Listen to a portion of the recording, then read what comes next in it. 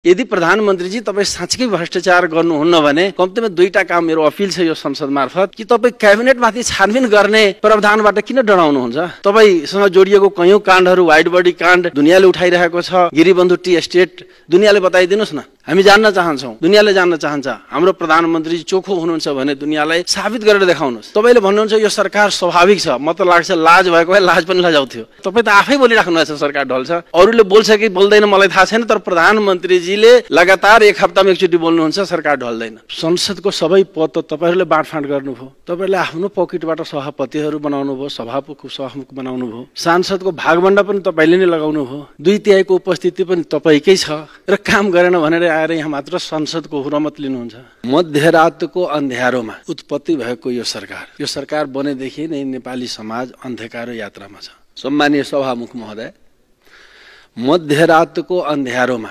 उत्पत्ति भएको यो सरकार बनेदेखि नै नेपाली समाज अन्धकार यात्रामा छ। सरकार अन्ध्यारो सुरुमा देशलाई छिराउँदैछ। अहिले अध्यादेशको चर्चा छ, मध्यरातमा आएको अध्यादेश। प्रधानमन्त्रीले भन्नुहुन्छ संसदले कामै गरेन। म सोध्न चाहन्छु, संसदको सबै पद त तपाईहरूले बाँडफाँड गर्नुभयो, तपाईहरूले आफ्नो पकेटबाट सभापतिहरू बनाउनु भयो, सभामुख बनाउनु भयो, सांसदको भागभण्डा पनि तपाईँले नै लगाउनु भयो, 2/3 को उपस्थिति पनि तपाईँकै छ र काम गरेन भनेर आएर यहाँ मात्र संसदको हुरमत लिनुहुन्छ। यो मिल्छ कि मिल्दैन नैतिकताले म सोध्न चाहन्छु। प्रधानमन्त्री भन्नुहुन्छ म लोकतन्त्रकै बाटोमा छु, जनताको लागि नै काम गरिरहेको छु। हामी जान्न चाहन्छौँ विपरीत पक्षहरू मिलेर बनेको सरकारले लोकतन्त्र भन्छ, विधि विधानलाई नमान्ने सरकारले लोकतन्त्र भन्छ, अध्यादेशको बाटोबाट हिँड्नेलाई लोकतन्त्र भन्छ, जनतालाई निरीह बनाउनेलाई लोकतन्त्र भन्छ, संसदबाट डराउनेलाई लोकतन्त्र भन्छ। कस्तो लोकतन्त्रको अभ्यास गर्दै हुनुहुन्छ? संसदलाई टाइममा नबोलाउने, अनि जो गरिरहेको छु त्यो ठिक गरिरहेको छु, किन योभन्दा अगाडिको सरकारले यही गर्यो, अरूले चोरी गर्यो त्यसैले म पनि चोरी गर्छु भन्ने तर्क गरेर आफूलाई राम्रो बताउने तुलनात्मक अरू सरकारको तुलना गर्नुहुन्छ। प्रधानमन्त्रीले भन्नुहुन्छ एकदम विकासको उत्पाद भएको छ। उहाँकै डाटाले भन्छ जम्मा 11% पुँजीगत बजेट खर्च भयो। 11% पुँजीगत बजेटले उत्पाद भयो देशमा। योभन्दा अगाडि 1% खर्च गरे, उहाँले 11% खर्च गर्नुभयो। एकदम विकास धुनधार छ भने यो के तथ्याङ्क तपाईँ प्रस्तुत गर्दै हुनुहुन्छ? उहाँले भन्नुहुन्छ अर्थतन्त्र एकदम सुधार छ। अहिले कति राजस्व उठ्यो? उहाँकै तथ्याङ्कले भन्छ 28%। 28% राजस्व उठाउने, ऋणमा ऋण थुपार्ने, पुरै व्यापार घाटामा पुर्याइदिने, ब्याङ्किङ पुँजी पुरै थन्किएर बसेको छ, जनताको करको पैसा ब्याज तिर्नु परेको छ, राष्ट्र ब्याङ्कले उल्टै ब्याज तिरिरहेका छन्, जनताले ऋण पाएको छैन, अर्थतन्त्र पुरै डगामा डोल्छ र पनि उहाँले भन्नुहुन्छ राम्रो छ। उहाँले भन्नुहुन्छ भ्रष्टाचार गर्दिन, गर्न पनि दिन्न, तर अघि तिहारमा उजुरीको चान छ। कुनै पनि भ्रष्टाचारीले अहिलेसम्म भ्रष्टाचार गर्छु भनेको त कसैले भनेको हामी सुनेका छैनौँ। भ्रष्टाचारीहरू समात्दा पनि बिहानमा गएर भ्रष्टाचार गर्छु भन्ने पनि छैन, गर्ने हात समात्ने पनि स्वीकार्दैन।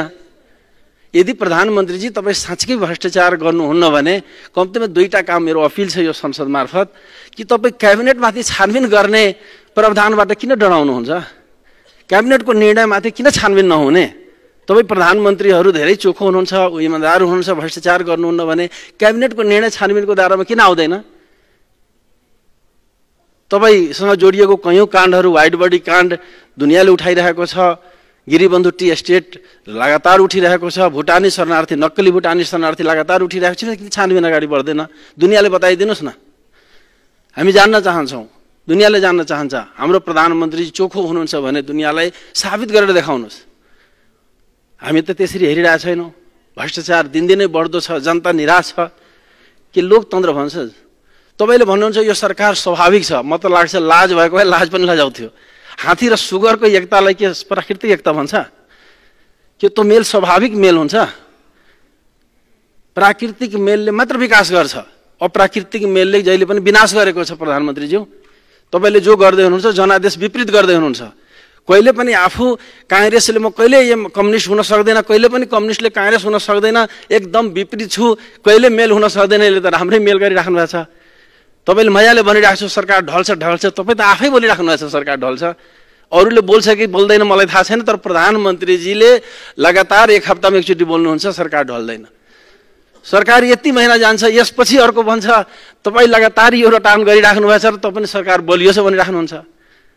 सरकार ढल्छ ढल्दैन भन्ने कुरा तपाईँ बलियोलाई किन चिन्ता हुनु पर्यो? सरकार पुरै लान्छ भने किन यो महिना त्यो महिना भाका बस्दै भन्दै जानु पर्यो भन्ने प्रश्न आउँछ। हामी त नाङ्गै आँखाले हेरिरहेछौँ। यो सरकार बनिदेखिपछि अन्तर्राष्ट्रिय सम्बन्ध हाम्रो पुरै बिथुलिएको छ। प्रधानमन्त्रीजी चाइना भ्रमणबाट आउनुभयो, भन्नुभयो म अब इन्डिया भ्रमण गर्छु।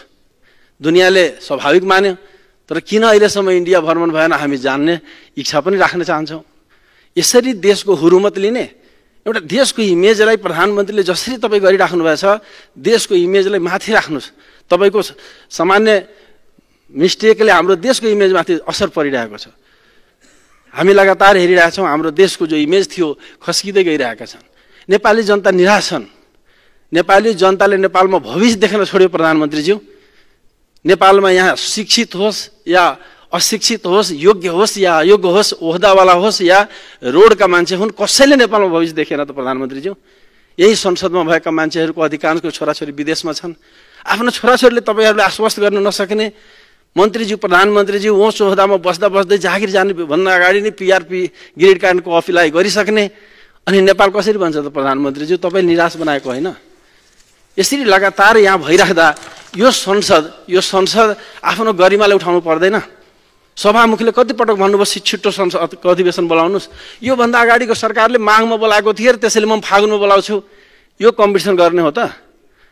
अर्को सरकारले गल्ती गरेको थियो, त्योभन्दा अगाडि म राम्रो गर्छु भन्नुतिर जानुको सट्टा आफ्नो गल्ती ढाकछोप गर्ने, अरूतिर औला उठाउन कतिको उचित हुन्छ भन्न जान्न चाहन्छु। सभामुखजीले पहल गर्नु पर्थ्यो। कतिपटक पहल गर्नुभयो अधिवेशन बोलाउन। अध्यादेश नल्याउनुहोस्, संसदबाट ल्याउनुहोस्। संसदमा छलफल भएको विधेयक पनि तपाईँ अध्यादेश मार्फत ल्याउनुहुन्छ। अध्यादेश जब संसदभित्र छलफल छ भने किन त्यसरी अध्यादेशबाट ल्याउनु भयो? संसदमाथि किन विश्वास गरिराख्नु भएको छैन? संविधानलाई मान्छु भन्नुहुन्छ, शान्ति प्रक्रिया पनि मान्छु भन्नुहुन्छ, तर कहीँ पनि गम्भीरता देखिन्न। संविधानलाई कार्यान्वयन गर्नतिर तपाईँ कतै इमान्दार देख्नुहुन्न। नयाँ संविधान बनिसकेपछि दुनियाँले सङ्घीय लोकतान्त्रिक शासन खोजेका थिए, तर तपाईँ प्रहरी ऐन रोकेर बस्नुभयो, तपाईँ निजामती ऐन रोकेर बस्नुभयो, प्रशासनिक अथोरिटी तलसम्म जानै दिनु भएन, संविधान त लागू गर्नु दिनु भएन।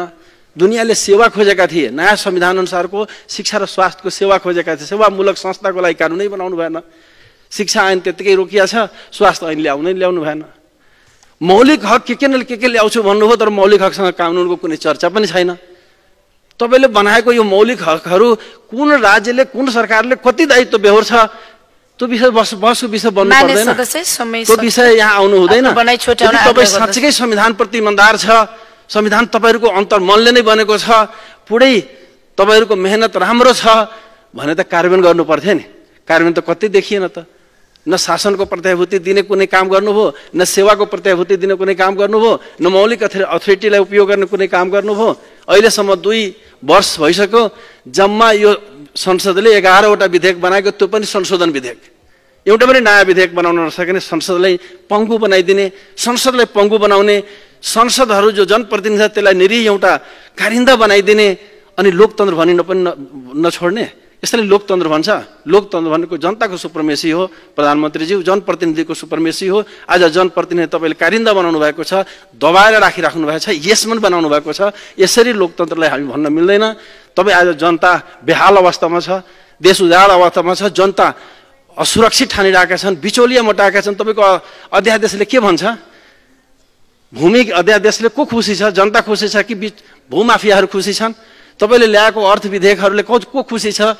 भइरहेको उद्योग चलाउनुको सट्टा तपाईँ निजीकरणमा जानुभयो। अहिलेको दुनियाँमा नेपालमा मुनाफाको एउटा निश्चित सीमा थियो, तपाईँले विधेयक ल्याएर मुनाफाको फ्री गरिदिनु भयो। जति पनि मुनाफा लिने, जति पनि भावमा बेच्न सक्ने, खुला मार्केटमा खुला मूल्य, फ्री मार्केटमा फ्री मूल्य जायज हुन्थ्यो। प्रधानमन्त्रीजी, तपाईँले सिन्डिकेट बजारमा, एउटा बन्द बजारमा खुला भाव बनाएर दुनियाँलाई लुट्ने काम गर्नुभयो, बिचौलियाले मोटाउने काम गर्नुहुन्छ र भन्नुहुन्छ जनताको सेवा गरिराखेका छु। कसरी जनताको हामी विशेष आग्रह गर्न चाहन्छु यो संसदले आफ्नो सुपरमेसी देखाउन सक्नुपर्छ। संसदलाई अपमान गर्ने कुनै पनि कामलाई संसदले अस्वीकार गर्न सक्नुपर्छ। दलभन्दा माथि उठेर तपाईँ हामी अगाडि बढेनौँ भने नेताजीहरू मातेर हिँडिराख्नु भएको छ, त्यो ठिक ट्र्याकमा आउँदैन। अन्ध्यारोबाट उज्यालोतिर देश जान सक्दैन। यसमा विचार होस् भन्ने विशेष आग्रह गर्न चाहन्छु। धन्यवाद।